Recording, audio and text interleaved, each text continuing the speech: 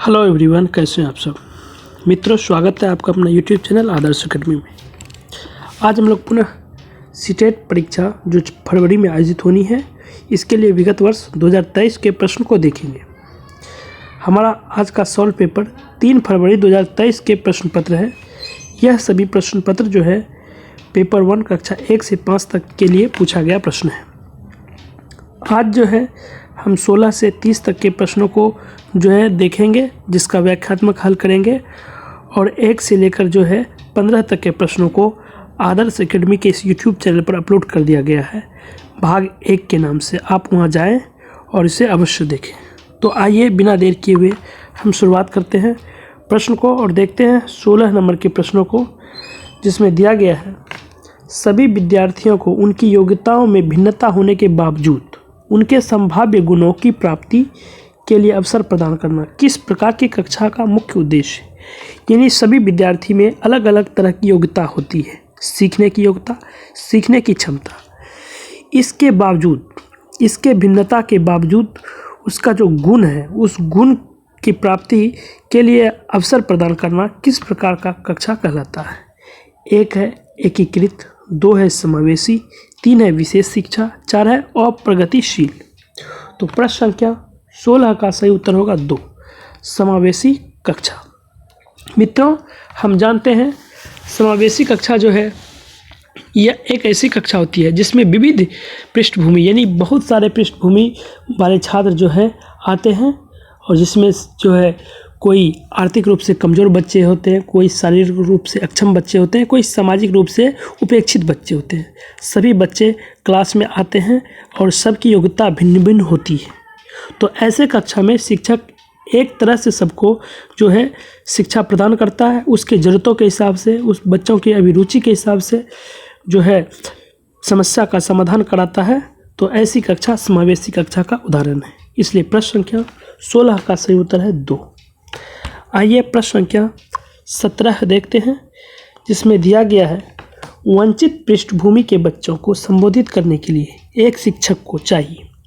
जो वंचित पृष्ठभूमि के बच्चे हैं, जो अलग अलग जो है क्षेत्रों से आए बच्चे हैं, जो उपेक्षित हैं, इस बच्चों को संबोधित करने के लिए एक शिक्षक को क्या करना चाहिए। 1 में है उन्हें अत्यधिक लिखित कार्य दें, 2 में है उनके संदर्भ के बारे में जानने का प्रयास करें और उन्हें कक्षा चर्चा में शामिल करें, 3 है उन्हें कक्षा से अलग बैठाएं। तो मित्रों, वंचित पृष्ठभूमि से जो छात्र आते हैं, ऐसे छात्रों में आत्म जो है विश्वास की कमी होती है, अभी प्रेरणा की कमी होती है। तो ऐसे बच्चों को जो है हम उसको उसके संदर्भ के बारे में हम जो है जानने का प्रयास करेंगे कि आखिर यह बच्चा ऐसा हुआ क्यों है, किस कमी के कारण हुआ है, और उन्हें कक्षा में इस चीज़ को चर्चा करने के लिए कहेंगे। तो प्रश्न संख्या 17 का सही उत्तर है 2। ऐसा करने से बच्चों के आत्मविश्वास में जो है वृद्धि होगी और वह सामाजिक न्याय में जो है भागीदारी ले सकेगा। आइए प्रश्न संख्या 18 देखते हैं, जिसमें दिया गया है निम्नलिखित में से कौन सी अधिगम अशक्तता किसी व्यक्ति के संतुलन, शारीरिक निपुणता और हाथ आँख सामंजस्य की क्षमता को प्रभावित करता है। ये सभी प्रश्न पूछे गए 2023 3 फरवरी 2023 को पूछे गए सभी प्रश्न हैं। तो आइए देखते हैं। 1 में है पठन वैकल्य, 2 में है गुणज वैकल्य, 3 में है भाषा वैकल्य, 4 में है गति समन्वय। तो मित्रों, प्रश्न संख्या 18 का सही उत्तर होगा 4, गति समन्वय कौशल, क्योंकि संतुलन, शारीरिक निपुणता और हाव भाव, आँख आदि में सामंजस्य क्षमता जो है वह नहीं बना पाता संतुलन। तो ऐसे जो है अशक्तता को हम गति समन्वय वैकल्य कहते हैं। ऐसे में जो है छात्र जो है अपने शारीरिक जो है पर जो है गति प्राप्त करने में असमर्थ रहता है। आइए प्रश्न संख्या जो है 19 देखते हैं, जिसमें दिया गया है स्वालीनता ऑटिज्म से जूझते विद्यार्थियों में पहचान हेतु किन विशिष्ट गुणों होने की संभावना रहती है। यानी जो स्वालीनता से जूझ रहा विद्यार्थी है, ऐसे में पहचान हेतु किन विशिष्ट गुणों की संभावना रहती है। 1 है संप्रेषण में कठिनाई, 2 है सभी के साथ अंतः क्रिया करने की इच्छा, 3 है बुद्धि लब्धि का बहुत कम स्तर, 4 है उच्च स्तरीय सामाजिक कौशल। तो प्रश्न संख्या 19 का सही उत्तर होगा ए, संप्रेषण में कठिनाई। स्वालीनता जो है बोलने से संबंधित विकार है जो मस्तिष्क से जुड़ा होता है, जो व्यक्ति सामाजिक व्यवहार और संपर्क को प्रभावित करता है। जिन बच्चों में यह विकास यानी मानसिक विकास होता है उससे बाल्यावस्था से ही इनके स्पष्ट लक्षण दिखाई देने लगते हैं। वह बोलने में हकलाने लगता है, संप्रेषण में यानी दूसरे से बात करने में वह कठिनाई महसूस करता है। इसलिए प्रश्न संख्या 19 का सही उत्तर है 1। आइए प्रश्न संख्या 20 देखते हैं, जिसमें दिया गया है निम्नलिखित में से कौन सी सृजनात्मक विद्यार्थी की पहचान विशेषता नहीं है, यानी कौन ऐसी जो है विशेषता नहीं है इसमें जो सृजनात्मक विद्यार्थी में नहीं है। 1 है जिज्ञासा की प्रबल भावना, 2 है अभिसारी सोच, 3 है उच्च स्तरीय समस्या समाधान कौशल, 4 है नवाचारी अनूठे विचार। तो प्रश्न संख्या 20 का सही उत्तर होगा 2 अभिसारी सोच। यह जो है सृजनात्मक बच्चा जो है सृजनात्मक विद्यार्थी है, क्रिटिकल थिंकिंग करने वाला जो स्टूडेंट है उसकी यह पहचान, उसकी यह विशेषता नहीं होती है, क्योंकि सृजनात्मक विद्यार्थी में जो जिज्ञासा की प्रबल भावना होता है, उच्च स्तरीय मानसिक जो है उसका कौशल होता है, वह किसी भी समस्या के समाधान के लिए नवाचारी जो है तथा अनूठे विचार आदि से अंतर्निहित होते हैं। उसके अंदर सोच जो है अभिसारी न होकर बल्कि अपसारी होता है, विभिन्न तरह के जो है विकल्पों को वह समस्या को हल करने में प्रयोग करता है। इसलिए प्रश्न संख्या 20 का सही उत्तर होगा 2 अभिसारी सोच जो है सृजनात्मक विद्यार्थी की पहचान बिल्कुल नहीं है। अभिसारी जब भी आपको किसी प्रश्न में दिखे आप सीधा उसे नेगेटिव माने, क्योंकि अभिसारी के जगह पर अपसारी चिंतन जो है अपसारी सोच वह सही होता है। आइए प्रश्न संख्या 21 देखते हैं, जिसमें दिया गया है राष्ट्रीय शिक्षा नीति 2020 सुझाती है कि शिक्षा यानी राष्ट्रीय जो है शिक्षा नीति 2020 के तहत शिक्षा क्या है। 1 है पाठ्य पुस्तक की विषय वस्तु तक सीमित होनी चाहिए, 2 है तथ्यों के कंठस्थीकरण पर आधारित होनी चाहिए, 3 है विद्यार्थियों के बीच प्रतिस्पर्धा बढ़ाने की ओर उन्मुख होनी चाहिए, 4 है समालोचनात्मक चिंतन के विकास पर केंद्रित होनी चाहिए। तो प्रश्न संख्या 21 का सही उत्तर होगा 4 समालोचनात्मक चिंतन के विकास पर केंद्रित होनी चाहिए। यह जो है राष्ट्रीय नई शिक्षा नीति जो है 2020 जो है सुझाती है, क्योंकि बच्चा जो है जब तक वह समालोचनात्मक चिंतन को बढ़ावा नहीं देगा, क्रिटिकल थिंकिंग को बढ़ावा नहीं देगा, उसके मानसिक जो है लक्षण वो संकीर्ण रहेगा, कम रहेगा। आइए प्रश्न संख्या 22 देखते हैं, जिसमें दिया गया है एक कक्षा में विद्यार्थियों के चयनित अधिगम शैलियों में व्यक्तिगत अंतरों को अध्यापिका द्वारा किस प्रकार संबोधित किया जाना चाहिए।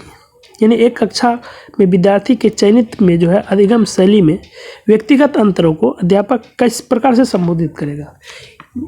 तो 1 है अध्यापन अधिगम प्रक्रिया में बाधा के रूप में, 2 है नकारात्मक पुनर्बलन द्वारा मिटाए जाने चाहिए, 3 है संज्ञानात्मक असामान्यता के परिणाम के रूप में देखना चाहिए, 4 है उनकी मान्यता रखते हुए बाल केंद्रित शिक्षा शास्त्र को अपनाने चाहिए ताकि उनकी व्यक्तिगत जो है आवश्यकता पूरी हो।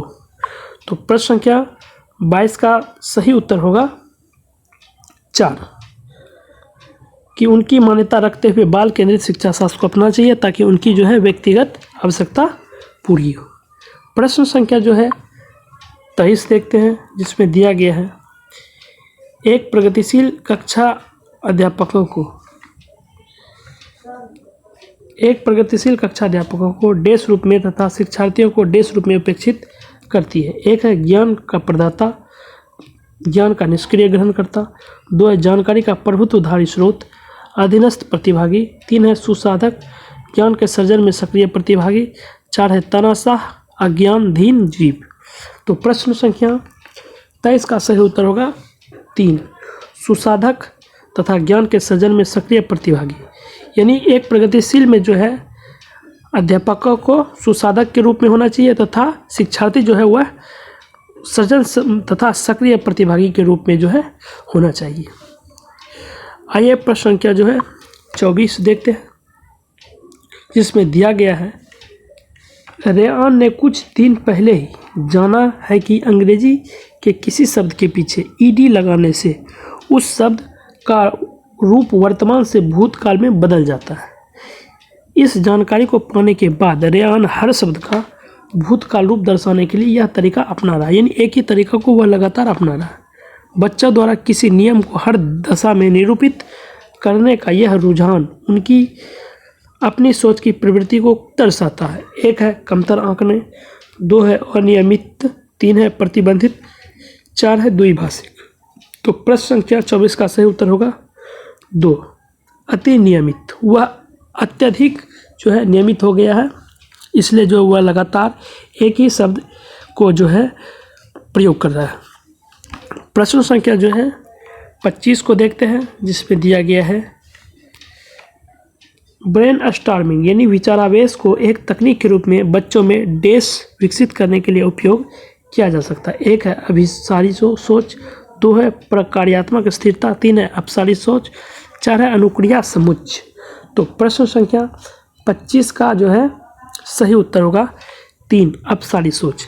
क्योंकि अपसारी सोच जो है जिसके द्वारा जो है बच्चा जो है किसी समस्या को समाधान करने के लिए विभिन्न तरीका अपनाता है, इसलिए प्रश्न संख्या 25 का सही उत्तर होगा 2, 3। प्रश्न संख्या 26 देखते हैं, जिसमें दिया गया है रचनावादी कक्षा में एक शिक्षक की सबसे महत्वपूर्ण भूमिका क्या है।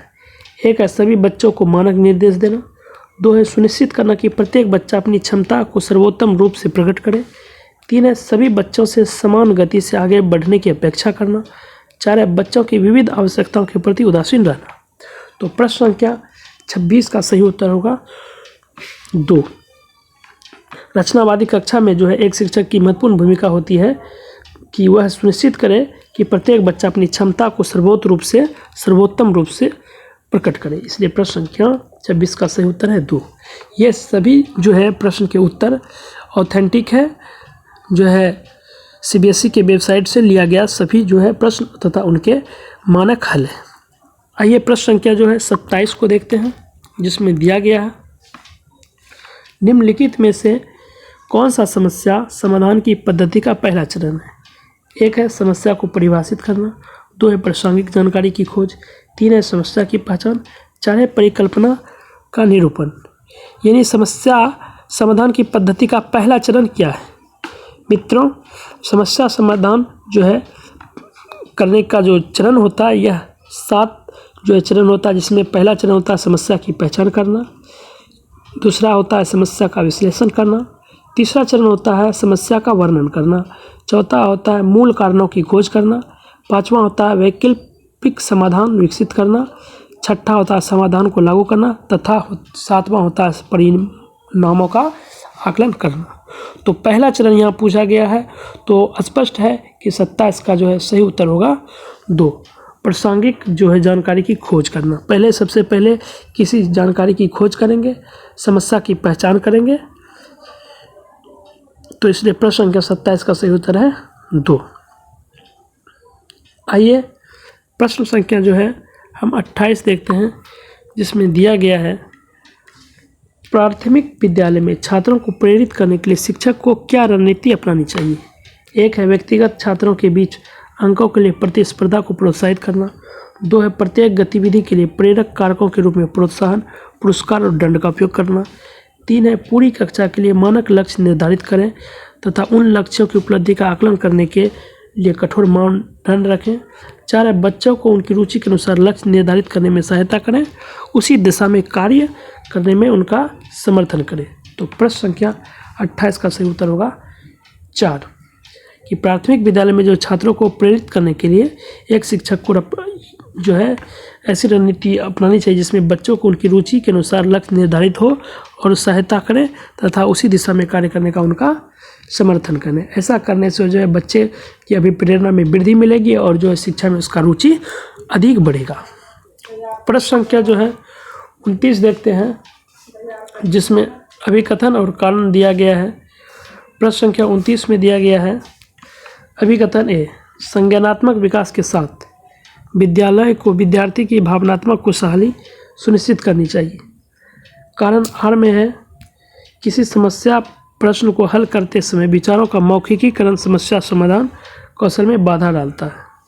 इनका कूट देखते हैं, जिसमें दिया गया है ए में है ए और आर दोनों सही है तथा आर ए की सही व्याख्या करता है। 2 में है ए और आर दोनों सही है परंतु आर ए की सही व्याख्या नहीं है। 3 है ए सही है किंतु आर गलत है। 4 है ए और आर दोनों गलत है।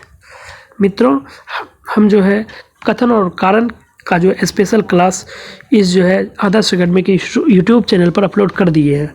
आप इसे विशेष तौर पर जो है जाकर के सर्च करें, कथन और कारण से संबंधित प्रश्न व आदर्श एकेडमी, आपको वहां पर अवश्य मिलेगा, जहां विस्तृत इनका हल कर दिया गया है। तो आई प्रश्न संख्या जो है 29 का सही उत्तर होगा 2। ए और आर दोनों सही है, परंतु आर ए की सही व्याख्या नहीं है। प्रश्न संख्या जो है 30 देखते हैं, जो आज का हमारा आखिरी प्रश्न है, जिसमें दिया गया है निम्नलिखित में से कौन सा अधिगम की प्रक्रिया में सकारात्मक रूप से योगदान नहीं देता है। 1 है कुपोषण, 2 है समकक्षियों के साथ सहयोग, 3 है अपसारिक चिंतन, 4 है चर्चाएं। तो प्रश्न संख्या जो है 30 का सही उत्तर होगा 1, कुपोषण। यह अधिगम प्रक्रिया में सकारात्मक रूप से योगदान नहीं देता है, इसलिए प्रश्न संख्या 30 का सही उत्तर होगा 1।